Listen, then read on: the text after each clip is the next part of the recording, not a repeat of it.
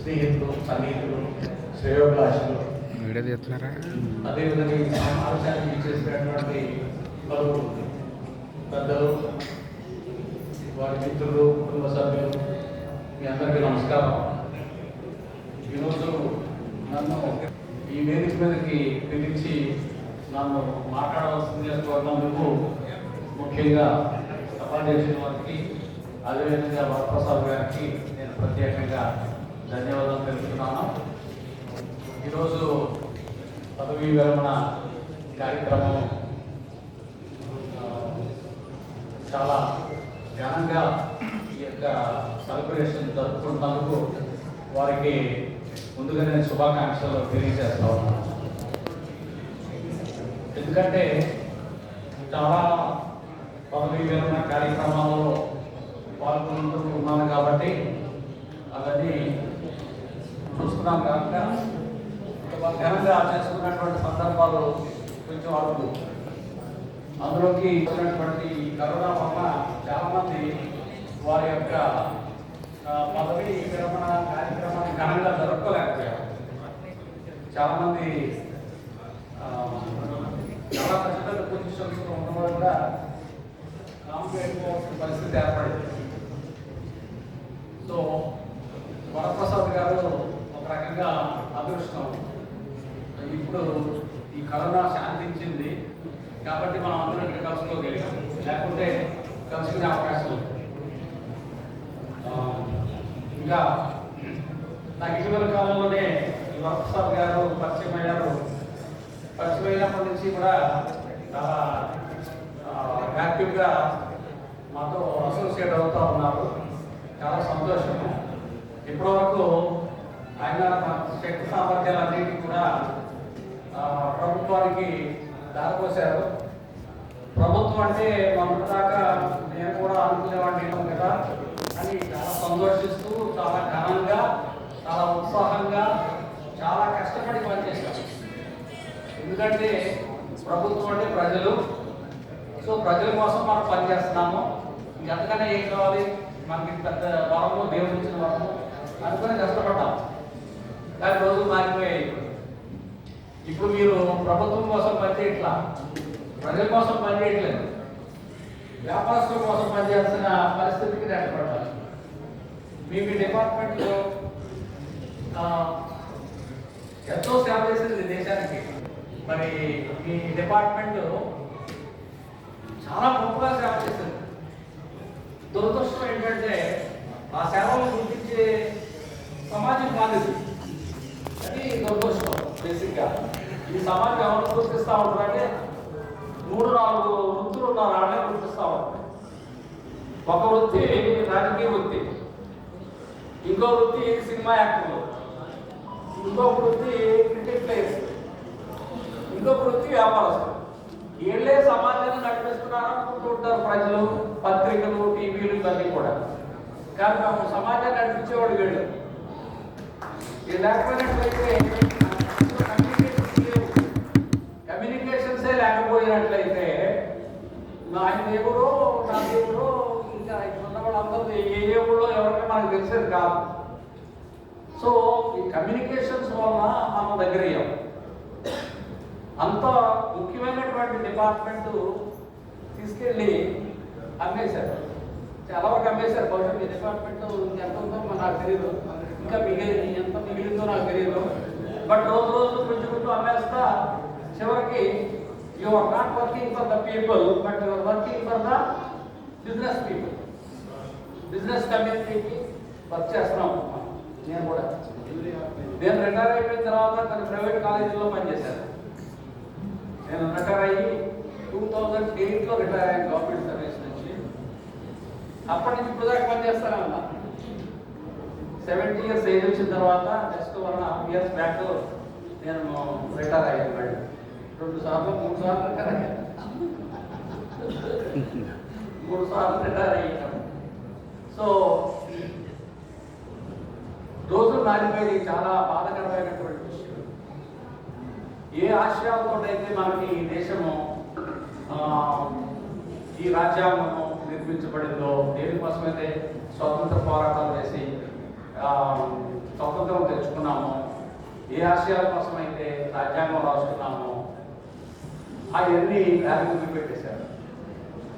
ఎంత బాధాకరమైన విషయం ఏంటంటే వరప్రసాద్ గారు, మీరందరికీ కూడా చాలా ఒక బాధాకరమైన విషయం చెప్పాలి.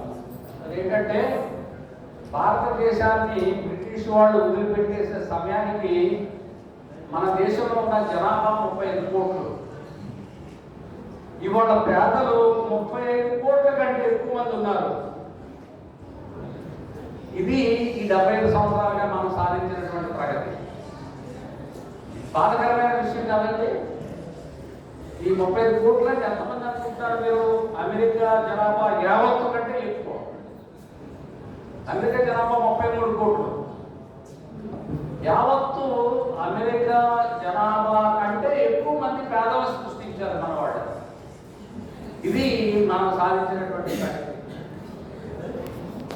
దురదృష్టవశాత్తు అలాంటి పాలకులు మనల్ని పరిపాలిస్తూ ఉంటారు. అయితే వాస్తవంగా మనకున్నటువంటి వనరులు, ఈ దేశానికి ఉన్నటువంటి వనరులు, ఒకసారి ఇజ్రాయెల్ స్పెషలిస్టులు వచ్చారు ఇండియాని పరిశీలించి, మీ దేశంలో ఉండే వనరులు మా దగ్గర ఉండే ఈ ప్రపంచానికి సరిపడేటటువంటి సర్వం సప్లై చేయగలిగే వనరులు ఇక్కడ ఉన్నాయని చెప్పి సర్టిఫై చేసిపోయారు. అంత గొప్ప వనరులు ఉన్నటువంటి దేశంలో ఇంకా 30 కోట్ల మంది నిరుపేదలు ఉన్నారు అని అంటే ఎంత బాధాకరమైనటువంటి విషయమో, ఈ పరిపాలన ఎంత దరిద్రంగా ఈ దేశాన్ని పరిపాలిస్తున్నారు అనేది మనం అర్థం చేసుకోవాలి. ఇటీవల కాలంలో ఒక నోబెల్ లారియట్ గారు ఏమన్నారు తెలుసా? ఈ దేశము రెండు భాగాలుగా విభజించబడుతుంది. ఒక భాగము అమెరికా లాగా తయారవుతుంది, మరొక భాగము సబ్ సహరన్ ఆఫ్రికా లాగా తయారవుతుంది అని చెప్పారు. సబ్ సహరన్ ఆఫ్రికా అంటే that is suppose to be the poorest part of the world. వీరి పాలనలో అలా జరగబోతుంది అని చెప్పి హెచ్చరించి వెళ్ళాడు నోబెల్ లారియట్. అందుచేత ఈ సమాజాన్ని మనం అర్థం చేసుకోవాల్సినటువంటి పరిస్థితి మనందరి మీద ఉంది. మనం దీన్ని ఈ అవరోధాలను దాటుకుంటూ ముందుకు నడిపించాల్సినటువంటి బాధ్యత మనందరి మీద ఉంది. అయితే ఇప్పుడు దాకా వరప్రసాద్ గారు తనకున్న శక్తి సామర్థ్యాలు, తెలివితేటలు సర్వము ఈ డిపార్ట్మెంట్కి అంకితం చేశారు అనే వాళ్ళే చెప్తున్నారు. పిల్లలు లేవకముందే పని మీద డిపార్ట్మెంట్ పని మీద తిరగడం, అసోసియేషన్ పని మీద తిరగడం, మళ్ళీ పిల్లలు నిద్రపోయిన తర్వాత ఇంటికి రావడము, ఇట్లాంటి సేవలు వారు చేశారు. ఆ సేవలకి గుర్తింపుగా మరి డిపార్ట్మెంట్ వారు ఏమి ఇచ్చారో నాకు తెలియదు, ఎప్పుడైనా సత్కరించారో లేదో నాకు తెలియదు. ఎందుకంటే ఆ సంస్కృతి మనకు ఏమీ లేదు. రిపబ్లిక్ డే రోజున అవార్డులు పంచిపెడుతూ ఉంటారు కలెక్టర్ గారు. ఇండిపెండెన్స్ డే రోజు కూడా అవార్డులు పంచిపెడుతూ ఉంటారు. మీరు ఎప్పుడైనా చూసారో లేదో నాకు తెలియదు. కానీ ఆ అవార్డులు ఎవరికంటే రెవెన్యూ డిపార్ట్మెంట్ వాడు, పోలీస్ డిపార్ట్మెంట్ వాడే పంచుకుంటారు. ఓకే, రెండు డిపార్ట్మెంట్ వాళ్ళే అందరూ అలాగే ఉంటారు. మిగిలిన అంటే ఈ దేశంలో పనిచేసేవాడు ఎవరు లేనట్టు. ఇలాంటి ఎట్లా ఉంటుందంటే ఏవో కొంతమందిని గుర్తించడం, కొన్ని డిపార్ట్మెంట్ని గుర్తించడం, ఇలాంటి దరిద్రమైనటువంటి కల్చరు ఏర్పాటు చేసుకుని దేశాన్ని అలా తొక్కేశారు. అలాగా పాతాళలోకానికి వెళ్ళిపోయింది. కానీ కూడా మనం కోరుకోవాల్సింది ఏంటంటే మన దేశాన్ని అగ్రరాజ్యంగా తయారు చేయాలి. మన ముందుంది అది. నేను అది పుస్తకం రాశాను, అగ్రరాజ్యంగా భారతదేశం అని. ఆ పుస్తకాన్ని మీకు ఈరోజు ప్రజెంటేషన్ ఇస్తాను. దయచేసి సార్ తీసుకురండి. ఎందుకు అగ్రరాజ్యం కావట్లేదు? చైనా వాళ్ళు ఈ మధ్యకాలంలో చూస్తున్నారు కదా మీరందరూ, వాళ్ళు రైలు 500 కిలోమీటర్ల స్పీడ్తో రైలు నడిపిస్తున్నారు. మన దేశంలో 140 కిలోమీటర్లు నడిపించడానికి ప్రయత్నిస్తున్నారు. వస్తారు 140 కిలోమీటర్ల స్పీడ్ నడపడానికి ప్రయత్నం చేస్తున్నారు. చైనా వాళ్ళు 500 కిలోమీటర్ల స్పీడ్తో రైలు నడిపిస్తారు. జస్ట్ చిన్న ఎగ్జాంపుల్ చెప్తున్నారు. మనకి ఇండియా స్వతంత్రం వచ్చేటప్పటికి చైనా స్వతంత్రం రెండు ఇంచుమించు ఒకే కాలంలో వచ్చింది. కోట్ల మంది పేదల్ని సృష్టించారు. ఈ పరిస్థితుల్లో నుంచి మనము ముందుకు సాగాలి అని అంటే ఉన్న అవరోధాలు ఏంటో తెలుసా? అవరోధం ఏంటంటే మనుషులుగా గుర్తించే సంస్కృతి మనకు లేదు. సరే ఈ ఎస్కోడు మావాడు ఇది ఏం తెలివితేటలు అని అనుకుంటారు, ప్రచారం చేస్తారు. వీలైనంత వరకు వాళ్ళని డిమారలైజ్ చేసి పెడతారు. వాళ్ళ ఇది ఉండడమే మనకి దండగా అన్నట్టుగా చాలా మంది మాట్లాడుతూ ఉంటారు. చాలా సందర్భాల్లో అవకాశం వచ్చినప్పుడల్లా మాట్లాడుతుంటారు. ఈ రోగం ఇక్కడితోటే కాదు, అమెరికా వెళ్ళినదే రోగం ఉంటుంది. మీరు అమెరికా ఉద్యోగానికి వెళ్ళారనుకోండి, అమెరికా వెళ్ళినా కూడా నువ్వు ఎస్సీఓడని తెలిస్తే నీతో చెప్తారు. ఎవరు తెల్లోడు కాదు, నల్లోడే వచ్చేస్తాడు. ఇది అమెరికాలో వీడి దేశం నాకు చేస్తున్నారు. అమెరికాలో 4 సంవత్సరాలు ఉంటే నాకు సిటిజన్షిప్ కావాలంటే వీడు 1000 ఏళ్ళ నుంచి ఈ దేశంలో ఉంటే సిటిజన్షిప్ ఉందా లేదని అడుగుతాడు. ఎంత దుర్మార్గమైనటువంటి ఆలోచనలు కలిగిన మనుషులు ఉన్నారంటే అలాంటి మనుషులు ఈ దేశంలో ఉన్నారు. ఇంకో మాట ఏంటంటే, నేను ఇంట్లో రాశాను ఏమిటంటే, ఇంగ్లీష్ అక్షరాలు 26 అక్షరాలు రాయనుకోండి, అందులో ఒక 5-6 అక్షరాలు తీసి పారేసి మీరు టెక్స్ట్ రాయాలంటే రాయగలరంటే రాయగలమా? అంకెల్లో ఒక 10 అంకెలు కదా, ఈ 10 అంకెల్లో నుంచి 3 అంకెలు తీసేసి టెక్స్ట్ రాయగలమా? దాన్ని లెక్కలు చేయగలమా? అలాగే ఈ దేశంలో కొన్ని వర్గాలని కొన్ని కులాలని అసలు లేరు అనుకుని వీళ్ళు సమాజాన్ని నడిపించాలని ప్రయత్నం చేస్తారు. ఎలా నడుస్తుంది? నడవదు. ఈ దేశం అందుకే వెనకబడిపోయింది. అది reason. So we have to recognise all people. అందరినీ గుర్తించాలి, అన్ని వర్గాల్ని గుర్తించాలి, అన్ని ప్రాంతాలని గుర్తించాలి. ఇవాళ రైలు చూడనటువంటి వాళ్ళు ఉంటారు ఈ దేశంలో. ఈరోజు కూడా విమానం చూడనటువంటి వాళ్ళు ఉంటారు ఈ దేశంలో. మీకు తెలుసో తెలీదో, బజాజ్ చార్జర్ స్కూటర్ కొనాలంటే డాలర్లో పెట్టుకుని ఎత్తుకునేవాళ్ళు ఈ దేశంలో. అదే సమయానికి అమెరికాలో ప్రతి ఇంటికి ఒక కారు ఉంది. కేవలం కారు కనిపెట్టిన 20 సంవత్సరాల్లోనే ప్రతి ఇంటికి కారు సప్లై చేశాడు ఫోర్డ్ కంపెనీ వాడు. ప్రతి ఇంటికి 1940 వచ్చేటప్పటికల్లా అమెరికా దేశంలో ప్రతి కుటుంబానికి ఒక కారు ఉందండి. 1940లో నేను చెప్తున్నాను. 1920లో కారు తయారు చేస్తే 1940 కల్లా ప్రతి ఇంటికి ఒక కారు ఉంది. ఎందుకుంది? After all it's a machine. Car is a machine, aeroplane is a machine. ఒక మిషన్ తయారు చేసిన వాడు ఎన్ని మిషన్లైనా తయారు చేయగలరు కాదా? ఒక స్కూటర్ తయారు చేసిన వాడు ఎన్ని స్కూటర్లైనా తయారు చేయగలడు. కానీ చేయడు ఇక్కడ. మీకు ఎవడు మీకు సప్లై చేయడు. అది బాధకరమైనటువంటి విషయం అన్నమాట. అందుచేత మిత్రులారా, ఈ అవకాశంలో కొంచెం నేను డివియేట్ అయ్యి మాట్లాడుండొచ్చు, but they are very important points. Okay, ఎందుకు అంటానంటే నా బాధ ఏంటంటే, కష్టపడి పనిచేసే వాళ్ళని గుర్తించే సమాజం కాదు.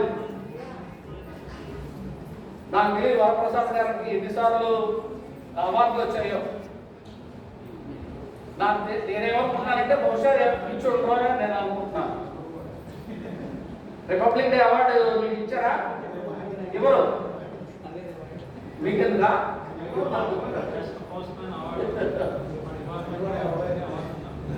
ఓటే అవార్డు ఎందుకు ఉండాలి? సినిమా వాడు రోజు సన్మానం చేయించుకుంటాడు కదా, క్రికెట్ రోజు సన్మానం చేయించుకుంటాడు కదా. మరి 40 సంవత్సరాలు పనిచేసిన వాడికి ఏరోడు వాటిని గురించి సత్కరించి ఒక సర్టిఫికెట్ ఇవ్వలేని సమాజం ఇది. అది నేను చెప్పాలనుకుంటున్నటువంటి పాయింట్. ఓకే, ఎనీవే మీరు మరొక 3 ఓవర్లో వస్తున్నారు.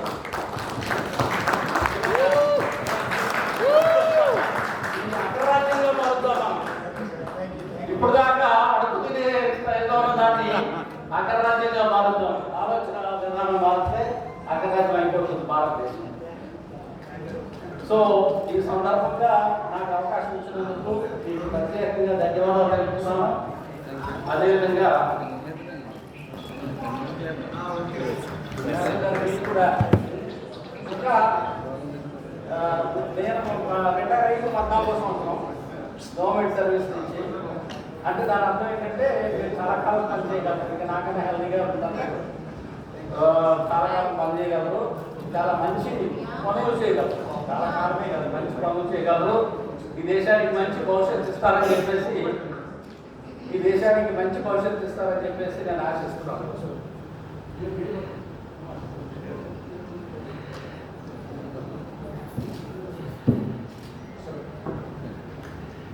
Thank you very much. Thank you sir. Thank you. Very good sir. ఎన్నో అమూల్యమైనటువంటి